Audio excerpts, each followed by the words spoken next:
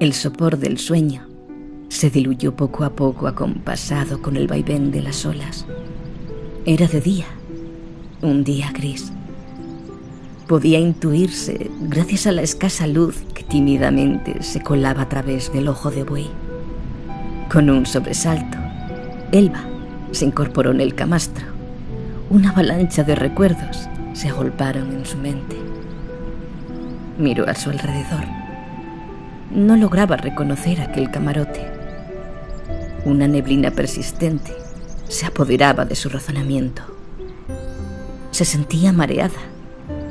Trató de llevarse una mano a la cabeza e inmediatamente un dolor agudo dirigió la atención de Elba hacia su brazo izquierdo. Estaba entablillado, firmemente sujeto con unas vendas que rodeaban su muñeca y su dedo pulgar. Volvió a examinar la estancia. No recordaba cómo había llegado allí, ni siquiera era capaz de hacerse una idea aproximada de cuánto tiempo llevaba durmiendo. Sintió sed, una sed depredadora que la impulsó a moverse en dirección a la vasija que había posada junto al camastro. Moverse significaba dolor. A duras penas pudo asirla con ambas manos, pues el entablillado de su muñeca dificultaba sus movimientos. Levantó el recipiente y bebió hasta saciarse. Casi derramó la mitad del líquido por el ansia. Soltó la vasija fatigada. Su instinto la empujaba a permanecer alerta. Hizo inventario mental de todo lo que le rodeaba en busca de un arma con la que protegerse y una vía de escape segura. Todo lo que encontró fueron sus viejas ropas debidamente dobladas sobre una silla. Reflexionó. Si alguien hubiese pretendido dañarla, ya lo habría hecho. Dedujo, pues, que no se encontraba en peligro. Seguramente alguien la habría rescatado del mar. Otra tromba de imágenes desordenadas se revolvieron en su mente. Imágenes mezcladas con recuerdos y sueños. Una amalgama de vivencias parecida a una pesadilla.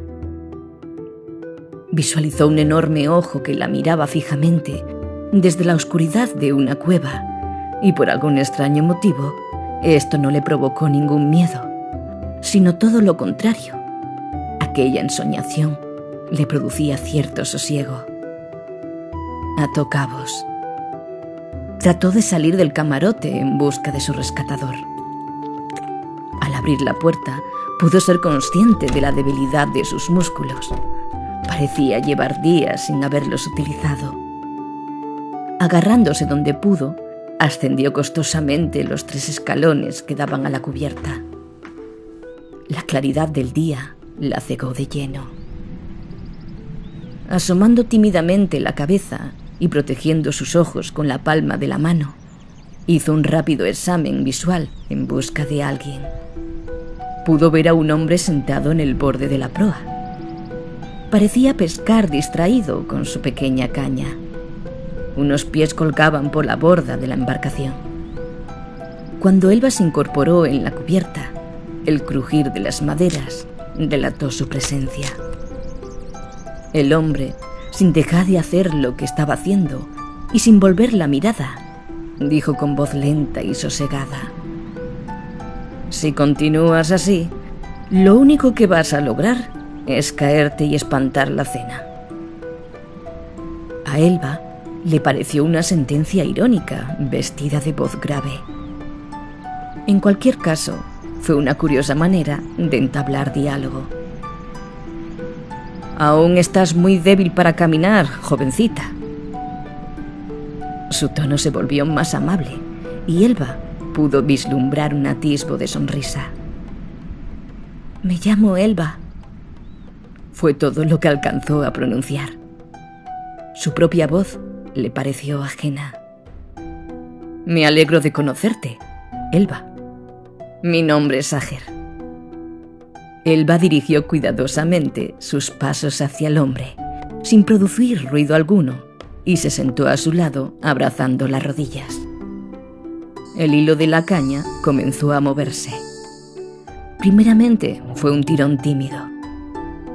Ager permaneció inmutable. No hizo ni un solo movimiento. Después fueron 2 los tirones que dio el hilo, esta vez más fuertes. «Tss, no pestañees, pequeña Elba», pronunció el hombre casi sin mover los labios. «Ya casi». De pronto, el hilo comenzó a dar tirones y a moverse frenéticamente. No había duda de que algo había picado. Ager parecía ajeno al entusiasmo de Elba y recogió hábilmente la captura. Una vez desenganchado el anzuelo de la boca del pez, Ager lo sujetó por la cola y con una enorme sonrisa exclamó: «Ya tenemos cena». Aquella noche Ager preparó un suculento festín. Los 2 trataban de mantener una actitud cordial. Incluso bromearon acerca de las dimensiones del shargu que Ager había pescado. Con el estómago lleno y bajo la luz de las estrellas, los 2 compartieron un placentero silencio hasta que Elba lo rompió de sopetón con una pregunta que casi escurrió por sus labios, sin demasiada reflexión. «¿No es un barco demasiado grande para un solo marinero?», preguntó mirando distraídamente hacia el alto del mástil. «No lo suficientemente grande, si tenemos en cuenta que es mi hogar». Ager acompañó su respuesta con una sonrisa condescendiente, como si ya hubiese respondido a aquella pregunta 1 millar de veces. Elba recibió aquella respuesta al mismo tiempo que en su cabeza resurgían recuerdos vanos y confusos como un brote. La paz a bordo de la embarcación había hecho que se olvidara de su situación por unos momentos. «Gracias por rescatarme, Ager. Me has salvado la vida». «Cualquiera lo hubiera hecho, mi querida Elba». Ager respondió quitándole importancia al asunto, con cierto rubor, pues dada su evidente timidez, parecía incomodarse con los cumplidos. «No logro componer mis recuerdos con lucidez. Las ideas, los sueños y los recuerdos se entremezclan y carecen de sentido». Elba pronunció estas palabras ensimismada y con la mirada perdida. Su dulce sonrisa se vio desplazada por una expresión casi amarga. «Tranquila, pequeña Elba. Todo llegará. Todo llegará». A la mañana siguiente, Elba acudió a cubierta dispuesta a trabajar. Elba prefería sentirse útil. Era algo que había aprendido una vez, aunque no lograba recordar cuándo ni dónde, pero percibía aquella necesidad de ser útil como algo esencial en su carácter. Observó a Ager mientras éste faneaba a estribor. Elba pudo deducir rápidamente que aquel hombre era un experimentado marinero. Ager se las ingeniaba perfectamente solo para gobernar aquella nave sin más tripulación y sin ninguna ayuda. Elba se acercó a él, cogió una de las agujas de entre los aperos para reparar las redes y trató de anudar los hilos rotos por el uso.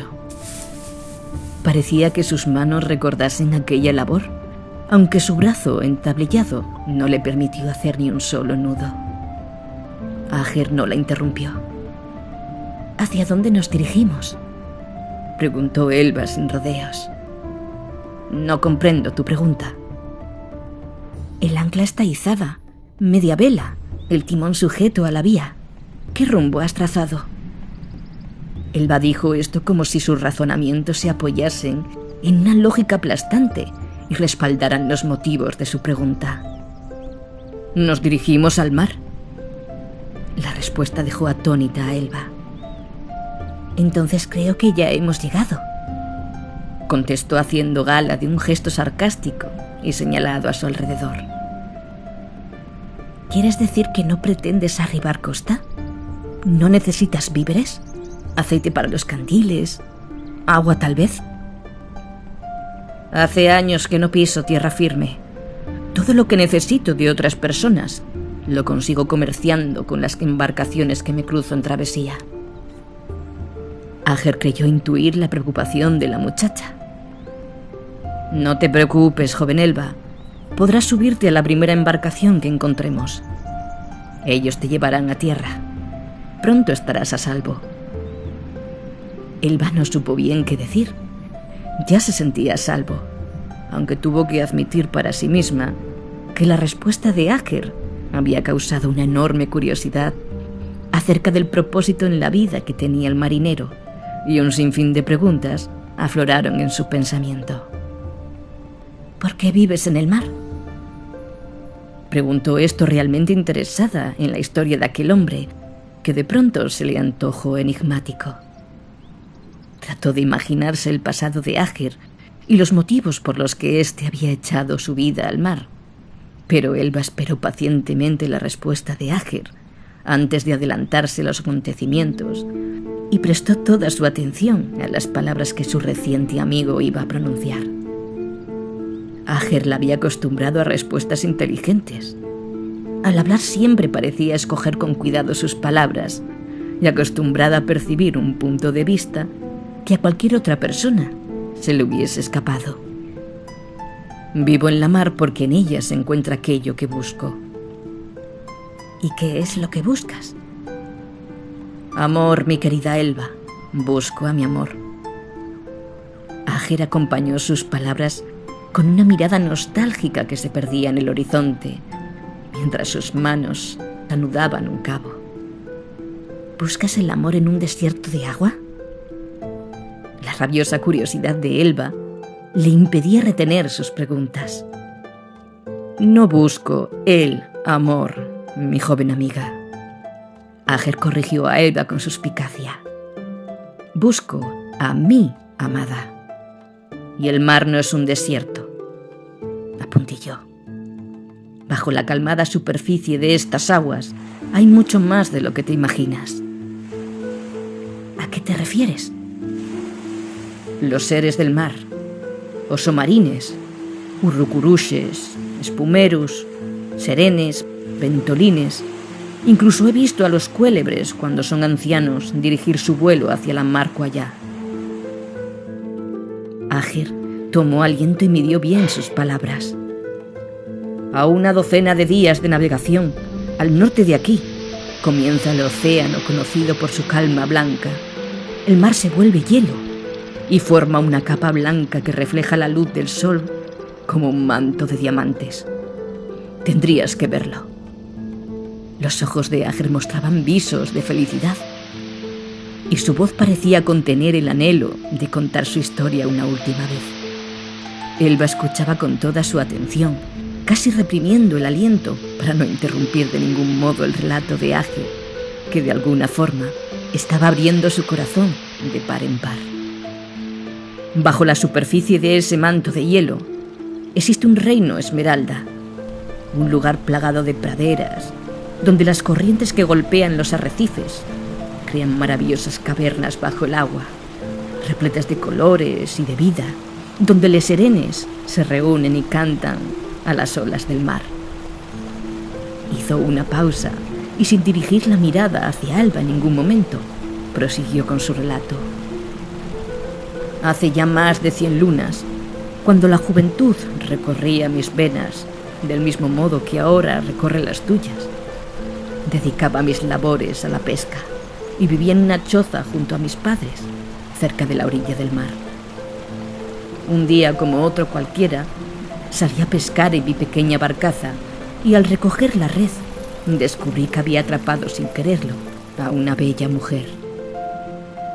Al principio traté de recoger la red para liberarla y evitar que se ahogase, pero cuál fue mi asombro al descubrir que aquella joven tenía la mitad de su cuerpo cubierta de escamas de pez y sus pies no eran tal cosa, sino una cola similar a la de un delfín.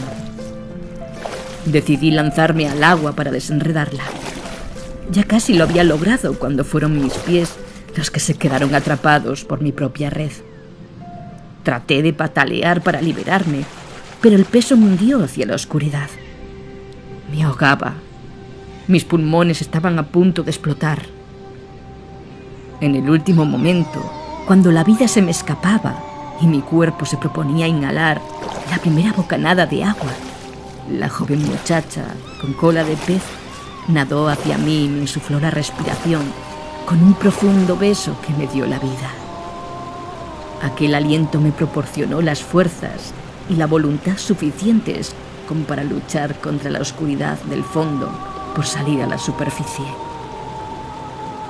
Continuaba descendiendo atrapado por el cordal.